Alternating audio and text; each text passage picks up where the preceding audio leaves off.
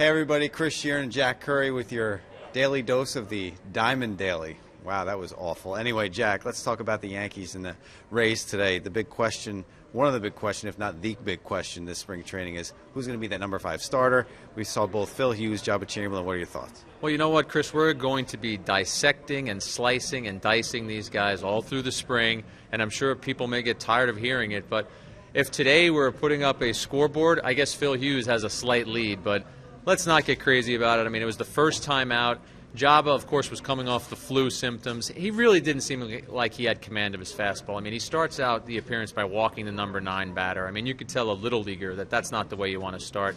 Gives up a couple of triples after that on high fastballs. Then the next inning kind of got away from him again, a couple of more walks. So I just didn't think he had much of anything. I mean, 33 pitches, 14 strikes, that's not really getting it done. And, you know, Hughes was a little better, and Hughes admitted, he talked a little while ago, he admitted he thought he threw a better changeup. A couple of changeups I thought, one to Upton, one to Zobrist, I thought were really nice pitches. And if he's going to start, he needs that pitch to be effective for him. In 2 innings, he gave up 1 run, the long homer by Sean Rodriguez. Some balls were hit hard.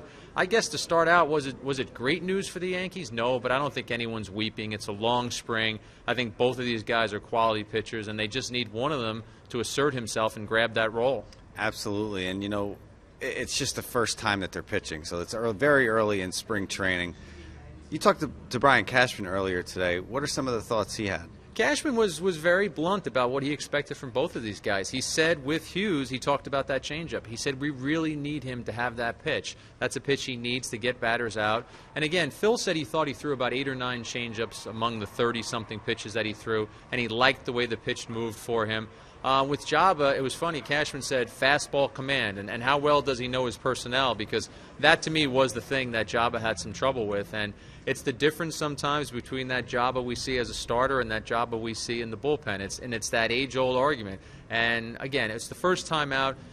We interviewed him afterwards on the Yes Network TV side, and he did look a little beaten up. He looked a little weathered. I wouldn't be surprised if he still had a little touch of the flu, but you know, Cashman does believe that both of these guys are going to be big parts of what the Yankees do in 2010. As we've said here, the guy who loses is going to be the setup man for Mariano Rivera, not a bad fallback position. But as you said, watching Joba pitch as we did down here outside the clubhouse, you could see that why people think he's better off as a reliever than as a starter. It's just a whole different mindset as a starting pitcher for him, where he could just come in and gas 2 or 3 guys as a reliever and come in with 96, 97-mile-an-hour fastball. There are times, Chris, there's no doubt about it, where you see him and it looks like the starting is a struggle.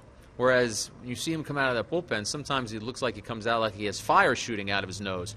But I do think the Yankees have built up with the Joba rules, 157 innings last year. They've gotten to the point where they've got to let this starter thing ride through. So got to let it ride out, and let's see where it goes by the end of the spring. Now, one of the guys they were pitching to on the Rays team today, this guy, what's his name, Sean Rodriguez? S-Rod. Oh, S-Rod, yes. The Yankees have A-Rod, the Rays have S-Rod.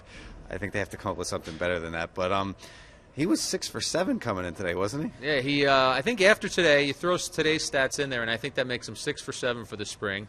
He's started 3 games. He's hit a home run in his first at-bat in all 3 games. We know it's spring training. We know it's only a few games. But this is the major leagues. I mean, this isn't wiffle ball. I mean, this guy is coming out here and showing something.